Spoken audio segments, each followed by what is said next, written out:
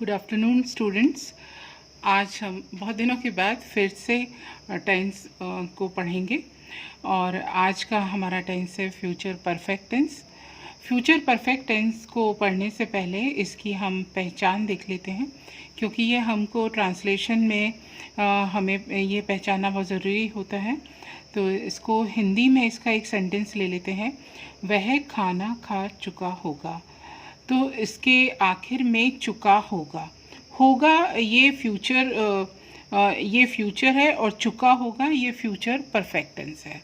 अब इसका स्ट्रक्चर हम देखते हैं। तो स्ट्रक्चर में आप देखेंगे सबसे पहले आता है सब्जेक्ट, उसके बाद आती है हेल्पिंग वर्ब।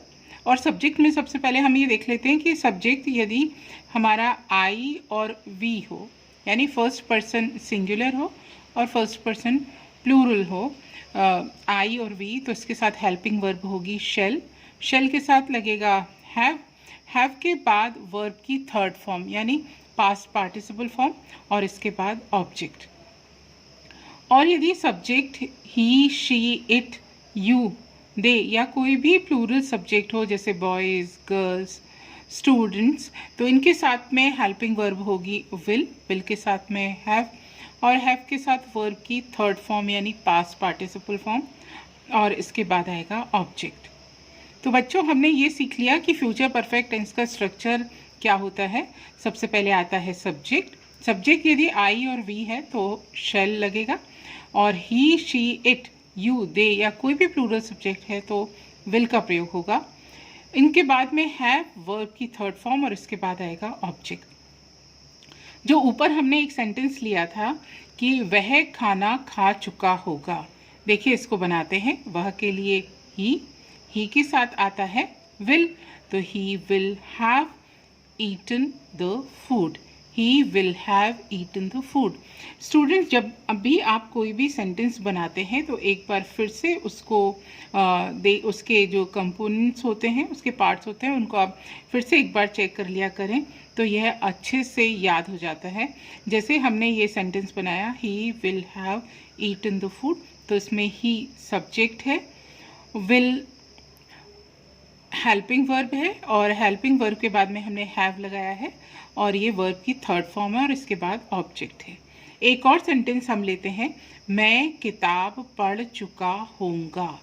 मैं किताब पढ़ चुका होऊंगा, मैं यानी आई के साथ में आएगा शेल और फिर वैसे ही हैव लगाएंगे।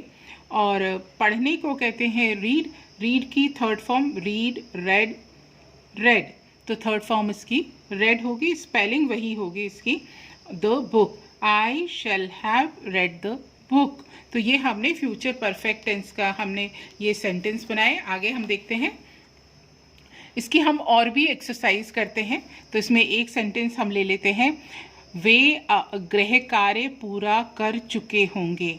वे गृह कार्य पूरा कर चुके होंगे। दूसरा सेंटेंस है, आप गाना सुन चुके होंगे। और तीसरा सेंटेंस है हमारे पास, वह सब्जी खरीद चुका होगा। तो इसमें हम पहला सेंटेंस लेते हैं, तो इसमें वे के लिए आएगा they will have completed the homework. कार्य पूरा करने के लिए मैंने वर्ब कंप्लीट लिया, कंप्लीट में वर्ब की थर्ड फॉर्म बनाई तो कंप्लीटेड। इसके साथ में कंप्लीटेड की बजाय हम चाहें तो फिनिश्ड का भी प्रयोग कर सकते हैं और डन का भी। एक बार फिर से देख लेते हैं, they will have finished the work, ठीक है, और द होमवर्क, या they will have done the homework. इसके बाद हम दूसरा सेंटेंस लेते हैं, आप गाना सुन चुके होंगे। You will have listened the song. You will have listened the song. और इसके बाद तीसरा सेंटेंस है, वह सब्जी खरीद चुका होगा। He will have bought the vegetables. He will have bought the vegetables. तो ये हमने देखा, इसका अफर्मेटिव सेंटेंसेस देखे फ्यूचर परफेक्ट के। अब हम नेगेटिव सेंटेंस देखते हैं कि नेगेटिव में पहचान ये होती है कि इन वाक्यों में नहीं का प्रयोग होता है या कभी नहीं का प्रयोग होता है। तो नहीं के लिए नॉट और कभी नहीं के लिए हम नेवर का प्रयोग करते हैं। अब इसका स्ट्रक्चर क्या होता है, सब्जेक्ट के साथ हेल्पिंग वर्ब होगी विल और शेल, और आप ये समझ गए होंगे शेल आई और वी के साथ आता है। विल, ही, शी, इट, दे या यू के साथ आता है। इसके साथ हम नॉट लगाएंगे। नॉट के बाद आएगा हैव, वर्ब की थर्ड फॉर्म और ऑब्जेक्ट। कुछ स्टूडेंट्स यहाँ पे गड़बड़ कर देते हैं, वो हैव के साथ नॉट लगाते हैं, तो ये आप ध्यान रखिए कि इसमें नॉट का प्रयोग विल और शैल के साथ होगा। देख लीजिए, जो हमारा ऊपर सेंटेंस था उसी को हम नेगेटिव बनाते हैं कि वे गृह कार्य पूरा नहीं कर चुके होंगे। They will not have finished the homework. दूसरा sentence, I shall not have done my homework. I shall not have done my homework। अब इसके बाद आगे देखते हैं हम।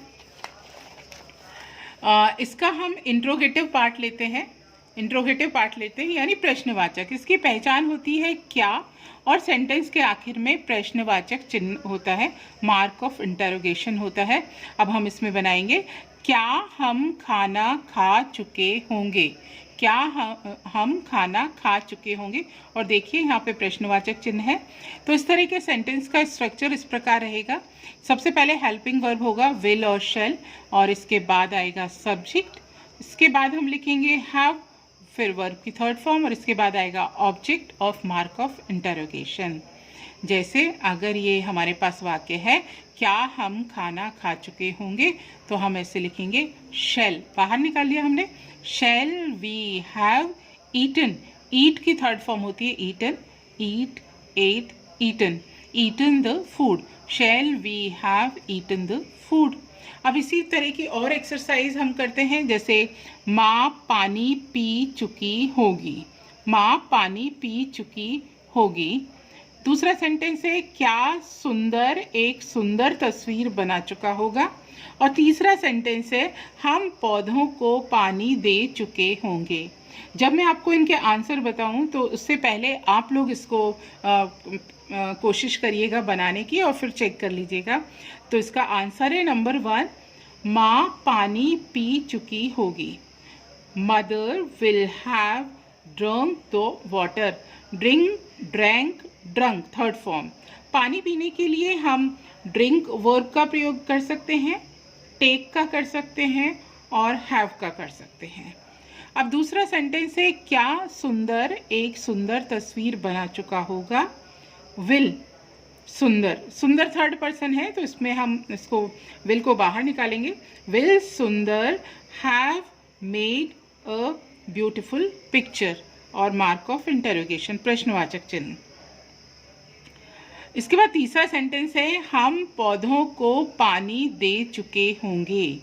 तो ये ऐसे बनेगा we shall have watered the plants. पानी देने के लिए वर्ब का प्रयोग करते हैं वाटर, और इसकी थर्ड फॉर्म हो जाएगी वाटर्ड, यानी पानी देना। तो we shall have watered the plants. तो ये हमने सीखा कि फ्यूचर परफेक्ट टेंस क्या है, इसका अफर्मेटिव किस प्रकार बनते हैं, नेगेटिव और इंट्रोगेटिव कैसे बनता है। अब अगले लेसन में हम पढ़ेंगे future perfect continuous. Thank you.